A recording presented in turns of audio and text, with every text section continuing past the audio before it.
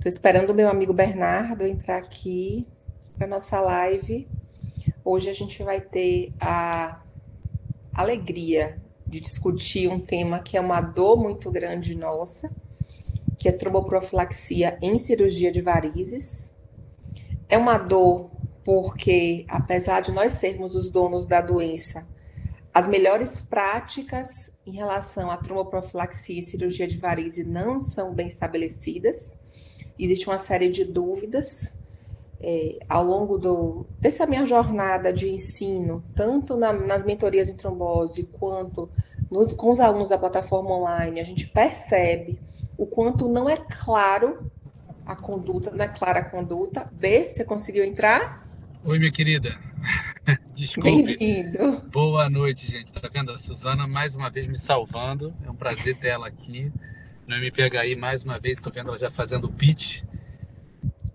Além disso, a tecnologia, né? Que a gente precisa sempre de umas dicas, né, Suzana? Mas aqui foi uma falha de bateria de celular. Você me pegou, e tá tudo resolvido. Tô aqui agora para aprender e para a gente discutir.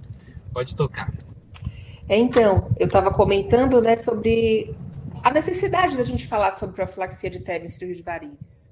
Que nós somos os donos da doença e, ao mesmo tempo, a gente não tem limites claros da indicação de tromboprofilaxia, existem dúvidas, existe um medo dentro do nosso, né, da nossa sociedade, do nosso grupo, do tromboembolismo venoso. Imagina o terror que não é um evento numa paciente que operou variz ou que tratou com a técnica minimamente invasiva por falta de profilaxia, se essa profilaxia era bem indicada. Então, nós, como os especialistas donos da doença, temos essa situação delicada de dentro da nossa casa a gente ter uma dúvida desse tamanho. Existia uma lacuna até então na literatura. E isso acaba, Bernardo, não sei como é que é a sua realidade aí, mas levando a de certa forma, a um uso indiscriminado de anticoagulantes. Então, eu ouço de colegas do Brasil inteiro que eles usam Rivaroxabana 10 para todo mundo, independentemente de estratificação de risco.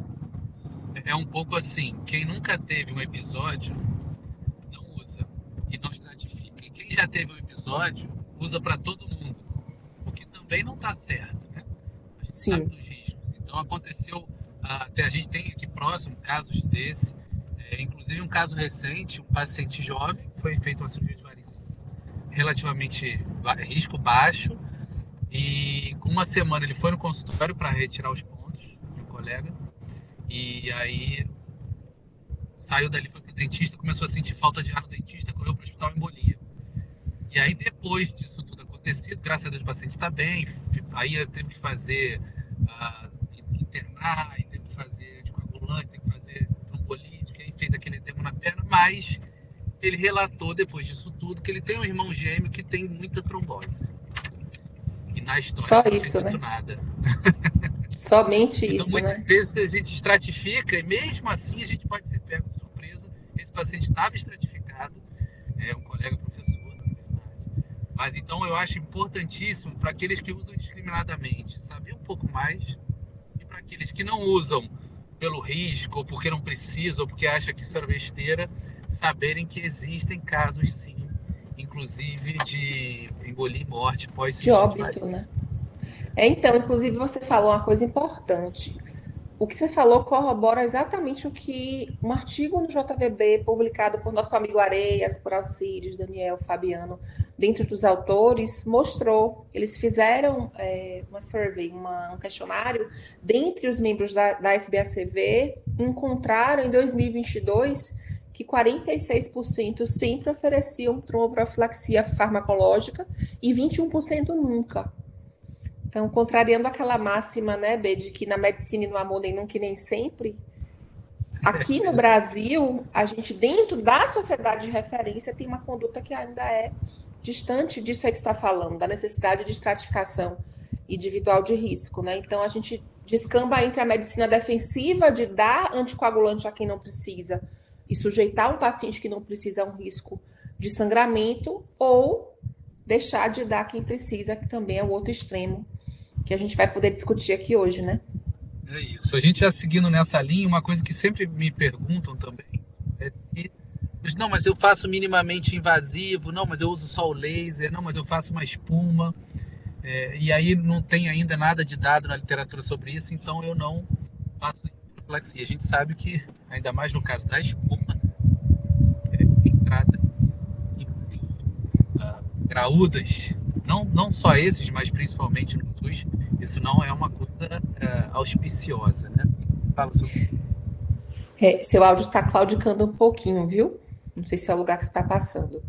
Então, por isso que a gente traz hoje os dados do Capcives, porque a flebologia mudou. A cirurgia vascular venosa teve um ganho na última década enorme, não só da possibilidade de diagnóstico mais fácil, porque hoje praticamente todo vascular tem um ultrassom à mão, mas o tratamento minimamente invasivo, a termoablação ambulatorial, o tratamento, né, total a laser, por teta, por ata, por red hog, pela técnica que você quiser usar, isso traz para a gente um cenário que é diferente da população cirúrgica vascular que foi validada no Caprine, que a gente usa, um dado extrapolado de uma população cirúrgica geral. Então, o Capcives é um estudo que a gente vem esperando há muito tempo. Eu não sei se você lembra, Bernardo, mas acho que desde 2017 a gente vem falando do quanto que temos esperado os dados desse estudo, porque o Capcives é um estudo observacional, com um N proposto de 5.000 membros, mas para avaliar questões pertinentes às técnicas minimamente invasivas. Então, a gente vem há muito tempo esperando esse resultado desse estudo. O estudo tem uma dificuldade de recrutamento grande, o número de eventos sabidamente é pequeno, então o N precisa ser um pouco maior. E o que temos de novidade? Temos a publicação de uma análise interina do Capcives, mas que traz dados de 1.878 membros da nossa população. Então, temos aí um dado que não é o dado perfeito, mas é o melhor dado que temos, e esse é o motivo da gente precisar conhecê-lo. Perfeito. E a gente, quando fala, né, da prática, quando você conversa com os colegas, a gente percebe isso, não só as dúvidas, mas também os casos. Então, não vamos deixar de, pelo menos, tomar esse cuidado. A gente teve alguém que levantou a mão, eu perdi aqui. Se puder mandar a mensagem no chat, e a gente vê se consegue trazer para cá para poder responder. Mas vamos seguir, Su, que a gente tem pouco tempo. O que mais a gente tem para falar sobre o Capcives? Muita coisa. Sobre essa parte dos resultados, né? O que a gente teve de resultado com esses 1.878 membros? O que você traz para a gente? O lado bom do Capcives, né? Então, paciente como o nosso, 97% tratado com anestesia local tumescente, 87% com procedimento completamente ambulatorial, 88% tratado com endolaser.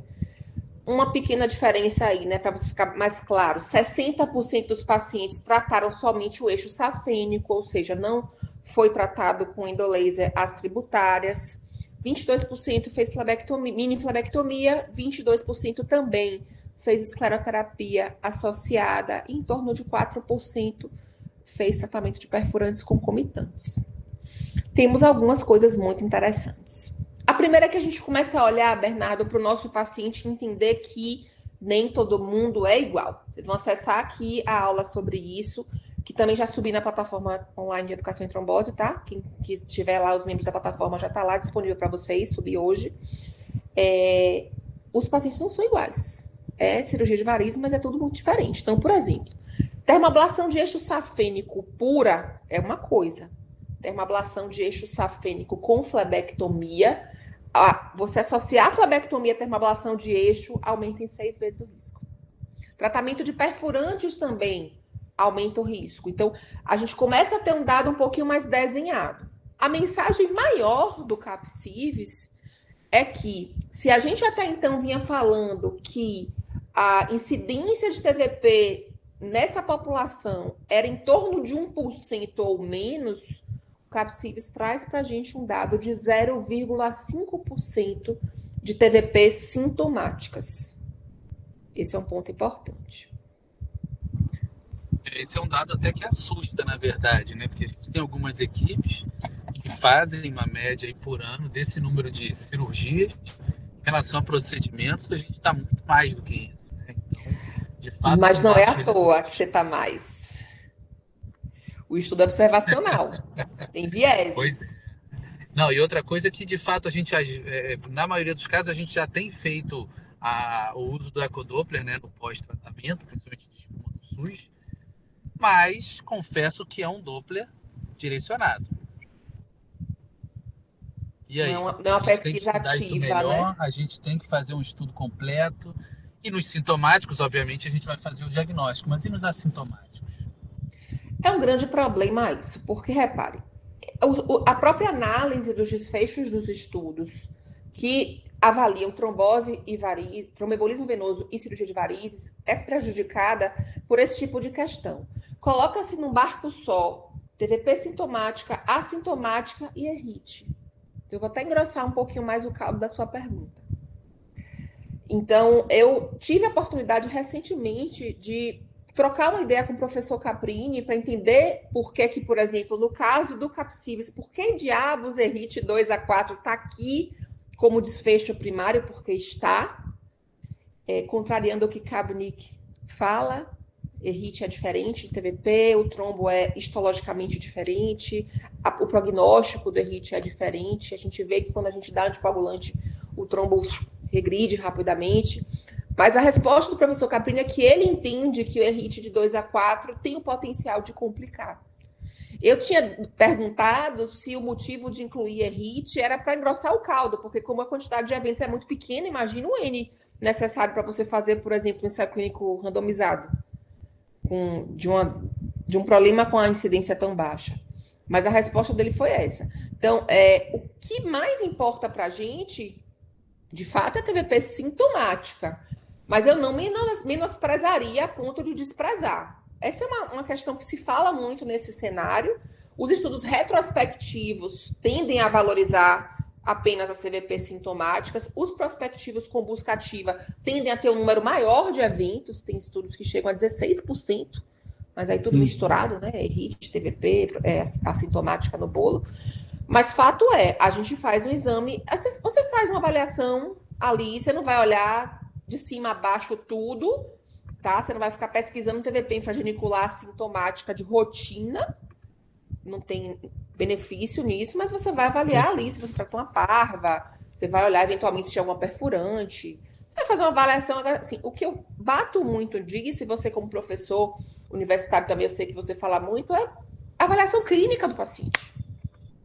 Aqui Pois não é. é diferente. O ultrassom Doppler é necessário no pós-cirurgia de varizes por técnicas minimamente invasivas, não tem o que dizer. Ninguém aqui faz termoablação e larga o doente no vento. A gente vai olhar ali se teve HIT ou não. Mas, em relação à pesquisa de trombose, a clínica é soberana. A busca ativa de TVP no cenário cirúrgico geral não se mostra custo-efetiva para ser educadinha, né? Pois Benéfica é. seria uma palavra um tanto quanto ousada. Verdade, minha querida. A gente tinha conversado um pouco antes também em relação à mudança, né? Mudança de proposta na conduta. E aí a gente sabe que pode aumentar ou diminuir o sarrafo em relação ao que estão dando os resultados, né? Dá uma palhinha para a gente sobre. A maior dor da gente nesse cenário é não saber qual é a altura do sarrafo do ponto de corte para dar heparina ou não para o paciente. Então, eu lembro, a discussão mais rica que eu já participei sobre isso foi em Belém, Areias, Páscoa e eu. E, nossa, muito legal. Um formato que eu gosto muito, como a gente está aqui conversando e a gente justamente dizendo o quê? Se você usa o Caprini de 5 como corte para dar tropoprofilaxia em cirurgia de varizes minimamente invasiva, você vai ter um número necessário para tratar complicado de você justificar perante qualquer coisa, mas era o melhor dado que tínhamos até então. Tá? Então a gente sabe que a gente estava super tratando, que a gente estava hiperindicando, porque a gente tinha, por exemplo, dados de populações de menor risco, como por exemplo a da cirurgia plástica, onde a altura desse sarrafo já subiu aí desde 2017 e a gente, dono da doença, né, tendo que suportar a É uma situação. questão de segurança para eles, na verdade, e no nosso caso, segurança para a gente que faz ultrassom, né? Sim. Então, E veja, a não é gente demorou criticando, um pouco mais, né? é como a gente vem fazendo realmente, porque era o melhor dado que se tinha. A grande questão é que surge um dado que, repito, e eu vou bater muito nessa tecla, Bernardo, esse dado não é o melhor dado do mundo, não é um dado perfeito, não é um dado que você bata no peito e diga é assim, eu banco, porque é um dado que tem fragilidades. Mas o professor Caprini e o Lobastov, que é o russo da Universidade de Pirogov, que conduziu o CAPCIVES, está conduzindo o CAPCIVES e que fez a análise interina, eles advogam que a gente suba a altura do ponto de corte para 7 no Caprini, paciente com Caprini maior ou igual a 7. Se ele tiver Caprini de 7 ou mais e elementos de alto risco, que são trator perfurante, fez flebectomia, fez termoablação de mais de uma veia, tinha edema de membro, fez outra anestesia que não toma essência, um paciente que foi internado, fez uma cirurgia muito longa, que esse paciente seja tratado por 7 ou mais dias. 7 ou mais a gente fica a ver navios, né? Mas enfim, lá está maior ou igual a 7. E se o Caprini for maior ou igual a 11, que está indicada a profilaxia entre 7 e 30 dias. O professor Caprini, o Lobastov também coloca isso no slide dele, que o professor Caprini me encaminhou muito gentilmente, muito generosamente. Ele coloca assim, essa é a minha maneira atual de enxergar. Então, além disso, se o paciente tem um evento trombótico venoso prévio, ele deve ser estendido por 30 dias. E aí tem uma pegadinha que eu queria te contar, que eu não sei se você reparou. Não, me diga, me diga. A tradução russa do Caprini, Bernardo, ela entende antecedente trombótico como passado de TVP, embolia pulmonar ou trombose venosa superficial. Antiga flebite. Não, tromboflebite. Que mudou Olha que mesmo de nome. interessante. Agora é trombose superficial. Trombose venosa superficial, Porque tem a entidade flebite, né? Que é a parede espessa, mas não tem trombo dentro. Perfeito. É porque é uma dúvida que está acontecendo agora nos bancos universitários e nas discussões, e a gente viu isso agora no VAC, lá em São Paulo, no evento de tecnologia vascular, e a gente não vai falar mais de tromboflebite superficial, vai falar trombose superficial. Justamente para então, não essa tradução, relevar essa entidade a uma coisa muito ampassã, sabe? Entendi. Então nesse caso, levou-se em consideração essa trombose superficial como fator de risco direto, e aí... Sim. Então, percebam isso. A nossa tradução do Caprini é TVP e embolia pulmonar. Mas para esse estudo e para essa observação que o professor Caprini pondera, eu preciso dizer a vocês que o dado incluiu pacientes que tiveram trombose superficial também.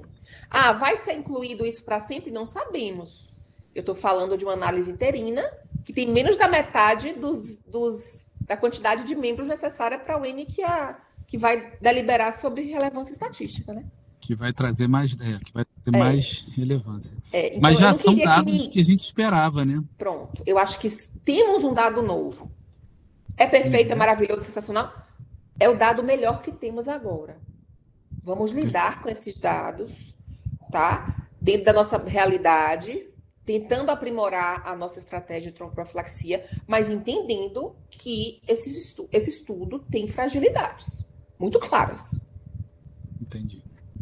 Tá? Concordo. Se alguém falar de muita certeza disso aqui, eu vou balançar minha cabeça para o lado esquerdo, porque...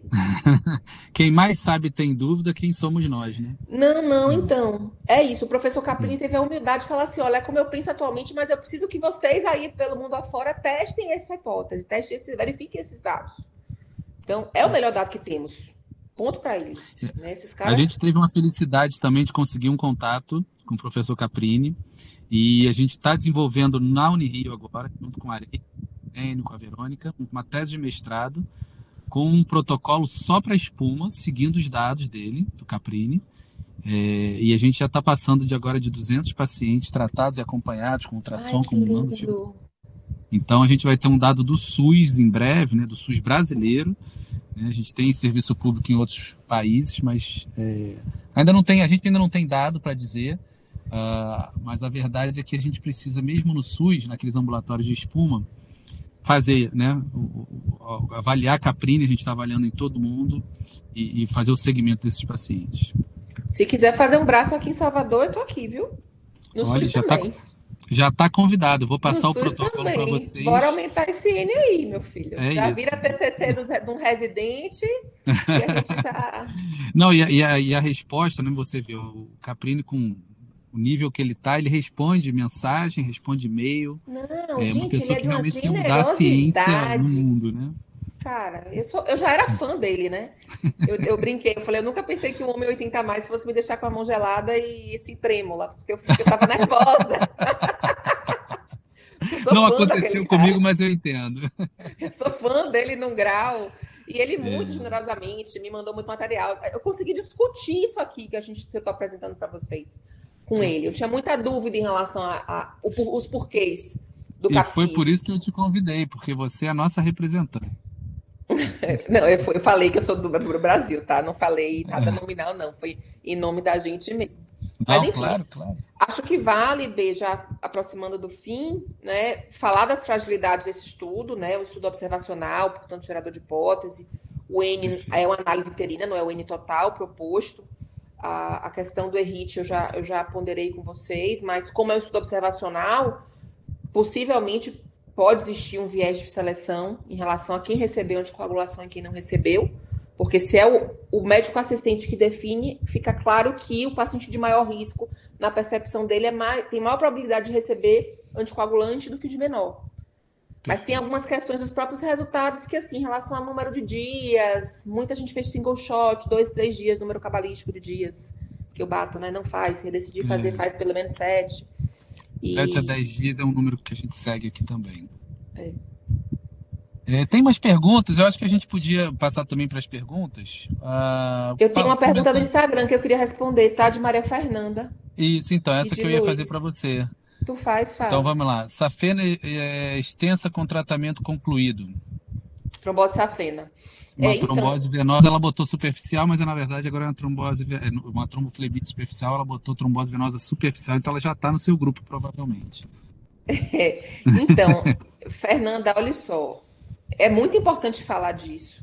Porque o que acontece? Eu acho que vocês devem ver isso aí também se está no SUS. A paciente tem uma safena dilatada incompetente, não teve acesso a tratamento, trombosou. Tratou, não tratou a safena doente, ela retrombosa, porque o fator causal está ali. E quantas pacientes, Bernardo, eu recebo no meu ambulatório de trombose no SUS, que trombosaram a femoral 2 vezes por contiguidade e que foram ditas condenadas a usar anticoagulante o resto da vida, sem ter tratado a safena. Perfeito. Então, essa paciente sua, você botou com o tratamento concluído, Fernanda. Eu entendi que você anticoagulou essa paciente porque ela tinha critério. Para quem não viu, a gente discutiu isso na primeira live que a gente fez esse ano, né, B? E Isso. uma vez Que tá lá gravada terminando. também. Tá aí, né? Ainda tá até hoje gravada, né? No MPHI. Depois você manda o link pro pessoal. Mas então, se você tá terminando a anticoagulação, trata essa safena. Trata essa safena, porque se você tira o anticoagulante, o fator causal daquele primeiro evento tá lá, ela pode recidivar. Então, pode tratar. Eu brinco que é ruim para tratar com tudo, né? Para mim, a técnica aqui, em geral, se der para subir, eu prefiro endolaser, mas tem pacientes que a gente trata com espuma também por uma questão de logística, no SUS principalmente. A gente não tem acesso à termoablação. Safenectomia pós-trombose, Deus me defenda, não quero mais não, mas já fiz, Já fiz, a gente já é fez ruim. isso no passado, mas é muito difícil. É É ruim, muito é ruim. ruim o Não é protocolo. bom, aumenta o risco de lesão linfática, enfim, tá? Mas assim, concluiu aí os 45 dias de anticoagulação com fondaparinux, heparina ou rivaroxabana dose profilática, você trata a sua safena e aí você vai fazer a tromboprofilaxia para essa paciente baseada no caprino. Então, você vai Suzana, fazer o só para caprino. um adendo aqui do chat, a doutora Juliana, também lá da UERJ, da Angiologia, que é um grande centro de tratamento de ciência, também está com um protocolo, e eu acho que a gente vai ter realmente bastante dado, número, né? Que Eles coisa costumam fazer boa. também, são especialistas em ultrassom e na angiologia mais ainda. Vamos conversar, Ju, vamos falar a mesma língua todo mundo. Vamos, Ju, que massa. Que massa. Bom ver Ju por aqui, Ju, querida. Tem mais uma pergunta aqui. Se a edoxabana é uma opção nessa profilaxia, quais seriam os benefícios? Depois eu tenho um caso para contar sobre isso, mas queria ouvir de você. Ó, para profilaxia com edoxabana tem estudo na população japonesa, em população ortopédica, que não representa muito a população é latino-americana, então a gente não tem o hábito, na verdade, de usar. Usar a edoxabana 30 como dose profilática é off-label, no momento. A edoxabana é uma droga muito versátil, uma droga que encaixa muito bem em alguns cenários. Paciente de muito baixo peso, paciente com tumor cerebral, paciente com interação medicamentosa, em vários cenários que não dá para usar a rivaroxabana ou a pixabana, a edoxabana vem e vai bem, mas especificamente para profilaxia de cirurgia de varizes, DOACs em geral a gente não tem maiores evidências. Há alguns estudos observacionais com rivaroxabana 10, mas a gente não tem tantos dados assim para dizer pode fazer, tá Perfeito. tranquilo.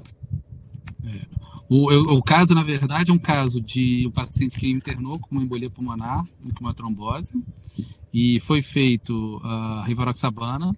No dia seguinte, o médico voltou para fazer um Doppler e ele fez uma avaliação de que tinha piorado a trombose, piorou também o dedímero, o que é possível, né, no uso da anticoagulação, mas passaram para Clexane e Marevan. Essa paciente, não, era um homem, esse paciente não conseguiu durante 30 dias regular, e aí veio, através de um hematologista, ao meu consultório e a gente optou pela edoxabana, fez ultrassom, fez exame de sangue, seguiu, e esse paciente está ótimo, melhorou clinicamente e finalmente conseguiu fazer uma anticoagulação razoável, porque ele estava com INR de 1,3 em uso de Marevan, usando 10 miligramas por dia. Então, tinha interação medicamentosa? Não tinha não, mas o que eu acredito, na verdade, nesse caso específico, é que ele foi mal avaliado nessa primeira avaliação de troca de anticoagulante especificamente, mas aí se torna uma possibilidade também como um novo tratamento, como um anticoagulante diferente. Precisa ter, obviamente, sempre um especialista para fazer essa mudança. Muitas vezes na emergência tem um clínico ou tem um cirurgião que não gosta ou não entende muito sobre isso. Um dos motivos dessa live, né, da sua plataforma aí do MPHI, é que a gente dissemine mais informação. Então a edoxabana, sim, como você falou, tem estudos mostrando em população frágil, em população com várias medicações concomitantes, resultados bem interessantes. A gente vai falar disso, acho que em outra live fica mais completo. Então, essa parte, a própria recorrência na vigência de DOACs dava uma discussão muito bacana. Eu gosto muito de falar nisso. Para quem está na plataforma, no módulo 1, na aula 1, no final tem um algoritmo dessa condução. Porque progressão com rivaroxabana tem pegadinha. Tomou com alimento, tinha interação medicamentosa. Então, progrediu porque não estava tomando errado é uma coisa. Progrediu usando certinho é outra. E eu não sei nesse caso nem se progrediu, porque olhando o Doppler eu não vi a progressão, foi uma soma de dados clínicos laboratoriais. O paciente estava da mesma maneira. Então, eu acho que, na verdade, foi um exagero da parte da equipe clínica, né? Se ele compensou bem com o inibidor de fator desativado, há de se pensar que pode ter sido uma questão equivocada, porque, teoricamente, não tem por que ele ter resistência à riva e ser tratado da mesma maneira com edoxabana e a gente achar que está tudo lindo. Se ele tem resistência porque ele tem um ASAF, vai dar ruim do mesmo jeito. Né? Se ele pois tem, nesse caso câncer não metastático. Mas assim, serve como dica para que você acalme o clínico, a família, o paciente, porque está fazendo uma outra medicação que tem uma efetividade grande. Sim. E também para fazer a ponte, né? Alguns pacientes que vêm ainda do interior, principalmente, aqui da Baixada do Rio de Janeiro, vêm ainda com Marevan, um tratamento um pouco menos clinicamente estável do que hoje com as novas drogas, que agora são de ação direta, já não são novas. Tem mais uma pergunta aqui, se há dados específicos para as técnicas totalmente térmicas, né? ATA, TETA, saiu alguma coisa já? Que eu tenha visto, não, mas eu continuo aplicando o score de Caprini. O Hedgehog é uma técnica universalmente disseminada, lá tá especificamente TETA são técnicas brazucas, né? A gente vai demorar mais um pouquinho de tempo para ter dado. É importante salientar que se você faz uma cirurgia que se prolonga por muitas horas, isso aumenta o risco do seu paciente, mesmo que ele saia andando depois. Metade das tromboses começam, na verdade, no intraoperatório. Mas especificamente para isso ainda não. Perfeito. Eu acho que, como você sugeriu, essas técnicas em alguns momentos podem demorar mais tempo. Então, se atentar no Caprini para o tempo de procedimento. Sim. E aí isso realmente faz diferença. E talvez esses casos precisem sim desse cuidado, né? E como você falou desde o início, né, o conhecimento, na verdade, esmiuçado, dito de maneira técnica, é o que vai promover uma proteção para esse paciente. Bom, a gente chegou exatamente a 30 minutos. E dá uma olhadinha no chat, Su, porque aqui o meu chat deu algum... Eu abro aqui, não, peraí. e se não houverem mais perguntas, eu tinha combinado com você 30 Selma. minutos mais perguntas. A Lê Rio, eu não sei nem de quê, mas bem-vinda, Lê. Ju, fazendo score justamente de safinas com espuma massa, Ju. É válida para profilaxia com dor que eu sou enoxa. Carlos, existem estudos observacionais, especificamente com rivaroxabana 10 miligramas, até onde eu vi. São estudos geradores de hipótese. Eu chegar para você e dizer, beleza, a gente precisa de um estudo, um ensaio clínico randomizado ou de alguma diretriz que respalde isso. Eu confesso para você que o paciente meu que vai para 30 dias pós-cirurgia de varizes, dificilmente eu deixo os 30 dias com enoxaparina, porque é sofrido e é caro. Isso pode influenciar, inclusive, na aderência do paciente. Mas o melhor dado favorece o uso da enoxaparina, perdão, lembrando a você que você, como médico, pode respaldar esse prontuário e tomar sua conduta também. Ângela, sonhando que esse protocolo pudesse aqui no Acre também. Vai poder, meu amor, com você aí. Ângela é uma colega querida, colega nossa da mentoria em trombose, estudiosíssima, danada, Bernardo. Tá lá no Acre, Então, mas jogando duro, tratando cada paciente super complicado. Ela me disse ontem que todas as SAFs dela são triplo positivas. Eu falei, ai meu Deus, misericórdia, Deus me vamos livre. fazer um estudo genético. Está saindo agora um Pois estudo é, genético para doença venosa, você para confirmou isso aí trombose. direito? Ah, ela riu da mão trêmula com caprino octogenário. Pois é, pode fazer bullying comigo, amigo. O octogenário me deixou assim, ó. Quando eu me vi conversando com ele, eu fiquei tão assim, emocionada, mas enfim, faz Isso. parte. Mais alguma pergunta por aí? Não, por aqui não. Só Ângela Perfeito. Então, sonhando assim, levar protocolo pro Acre. eu acho que a gente pode sim, Su. Vou sentar com a Ju aqui para a gente conversar, mostrar o que a gente está fazendo, ver o que a gente tem em comum para a gente fazer uma junção disso. E aí já passo para você. Salvador é uma das cidades, a gente já está publicando agora um artigo, já tá no prelo já, que é a cidade que mais trata paciente com espuma no Brasil. E o Brasil deve chegar a 500 mil tratamentos, sessões de espuma no SUS esse ano. Então, são dados realmente relevantes. E aí a gente pode sim fazer um braço aí em Salvador e fazer um braço no Acre. A gente cria uma franquia, na verdade, científica para que possam ser repetidos os dados e serem agregados como um trabalho só. Eu acho fantástico falar de espuma no SUS em Salvador. No Brasil, é lembrar de Marcelo Liberato, o cara que trouxe essa possibilidade para cá e foi uma virada de chave muito grande. E o centro onde eu faço ambulatório de trombose, ele tem residência médica e tem ambulatório dedicado à espuma. E tem vínculo também. Tem algumas instituições aqui que a gente pode pensar em aumentar esse N aí do seu estudo para ficar uma coisa bem bacana. Perfeito. Fantástico. Últimas considerações, Suzana? Só Marina Zuckner, não sei se eu falei certo, que tem mais de 60 pacientes que aplicamos o Caprine antes de espuma de safena e tributárias. Mulher, publica para a gente ver. Ela é lá da angiologia também, está no mesmo grupo da Ju. Ai, ela é ótima, né? Sensacional. Ela é E está fazendo ótima. estudo com a gente também. Ai, que massa. Que massa.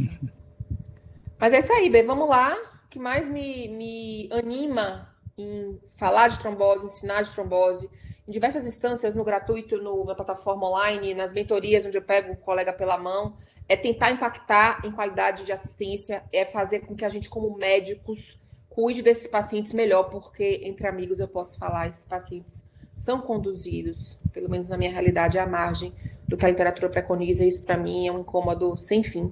Então, eu tomei para mim aí essa missão, é alinhado com o meu propósito, e vamos lá, vamos juntos. Perfeito. Então, vou fazer aqui o jabá da Ju, da Suzana. Ela tem uma plataforma de mentoria, ela tem grupo de mentoria, e ela vai colocar lá no MPHI, no grupo que a gente criou de trombose, para a gente poder falar sobre o grupo dela, o que tem de conteúdo. Ela prometeu deixar uma aulinha para a gente nas diversas lives que a gente está fazendo, para vocês saberem a quantidade de conteúdo que tem. E tem um artigo recém-publicado lá da Unirio que a gente mostrou, como no mundo inteiro, que não é só dos pacientes ambulatoriais ou pós-cirúrgicos, mas nos pacientes internados a gente tem menos de 30% de assertividade na anticoagulação, para mais e para menos, principalmente para menos, obviamente. Então, é importantíssimo esse conhecimento. O cirurgião vascular, mais do que o hematologista, ele precisa ser detentor desse conhecimento. E a gente está aqui, né, com outros colegas, para poder divulgar, disseminar, tirar dúvidas. E a Suzana é a nossa embaixadora no MPHI para esses casos de trauma. Eu e Areias. Vamos lá. Não, você. A embaixadora é você. O Areias é o meu consultor, mas você tem feito lives, tem passado conhecimento totalmente grátis. Isso não é para qualquer um. Tem que ter essa visão de missão, de propósito. Você está de parabéns. Obrigada, querido. Obrigada aí pela parceria. Vamos juntos. Obrigada a todo mundo também. Até a próxima. Até a próxima em breve. Com fé em Deus. Tchau, tchau. Até logo.